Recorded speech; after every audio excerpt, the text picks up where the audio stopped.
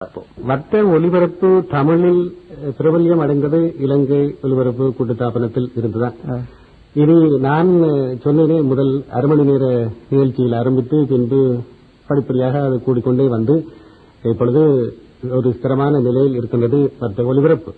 அப்படியான நிலையில் வர்த்தக ஒலிபரப்பில் தமிழில் எப்படி ஒரு விளம்பரத்தை அறிமுகப்படுத்துவது என்று இருக்கும் பொழுது நானும் முதல் ஆங்கில அறிவிப்பாளர்கள் எப்படி வாசிக்கின்றார்கள் எப்படி செய்கின்றார்கள் என்பதை அவதானித்துத்தான் நானும் அவர்களை பின்பற்றினேன்.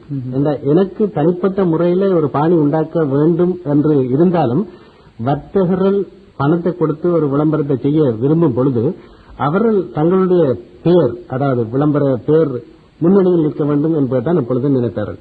அதனால் எங்களுக்கு வட்ட ஒலிபரப்பின் தலைமையாக இருந்த ஆஸ்திரேலியர் கூட சொன்னது என்னவென்றால், இந்த விளம்பரங்களை வாசிக்கும் பொழுது விளம்பர பேர் மற்றவர்கள் காதில் நன்றாக பதியும் விதத்தில் சொல்ல வேண்டும் என்பதால், அதனால் அதை ஸ்ட்ரெஸ் பண்ணி கூறுவார்கள் என்று சொல்லுவார்கள். அது உச்சரிப்பு அழுத்தம் திருத்தமாக சொல்லுவதனால் நான் அந்த பாணியை பிடித்துக் கொண்டு வந்தேன். அந்த பாணி தான் இப்பொழுதும் பரவலாக இருக்கின்றது என்று நம்புகின்றேன். ஆனால் ஒன்று, இந்த நாம் வர்த்தக விளம்பரத்தை செய்யும் பொழுது இன்னொன்று அந்த அதிகாரி ஆஸ்திரேலியர் சொல்லித் தந்தார். நாங்கள் வர்த்தக சேவையில் கடமையாற்றும் பொழுது நீங்கள் அறிவிப்பாளர் என்பதை மறந்துவிட வேண்டும்.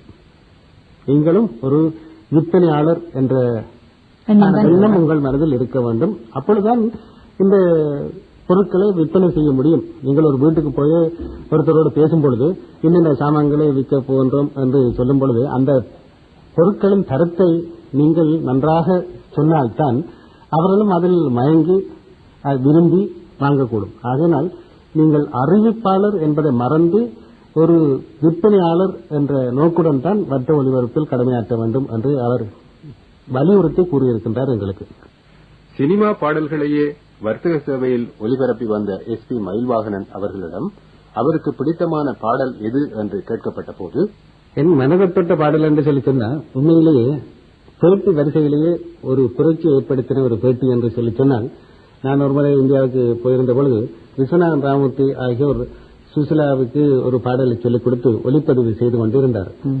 எனக்கு ஒரு யோசனை வந்தது, இதையே ஒரு போட்டியாக நான் ஒலிப்பதிவு செய்தால் என்ன என்று அவர்களிடம் உத்தரவு கேட்டேன். அவர்களும் ஆமென்று சொன்னார்கள். அந்த பாடல் என் மனதில் எப்பொழுதும் ஒலித்துக் கொண்டே இருக்கின்றது. நீங்களும் அந்த பேட்டியையும் கேட்டிருக்கக்கூடும், அந்த பாடலையும் கேட்டிருக்கக்கூடும். அதுதான் அழகன் முருகன் என்று சுசிலா பாடிய அந்த பாடல். அதை எனக்கு எத்தனை முறை கேட்டாலும் சலிக்காது.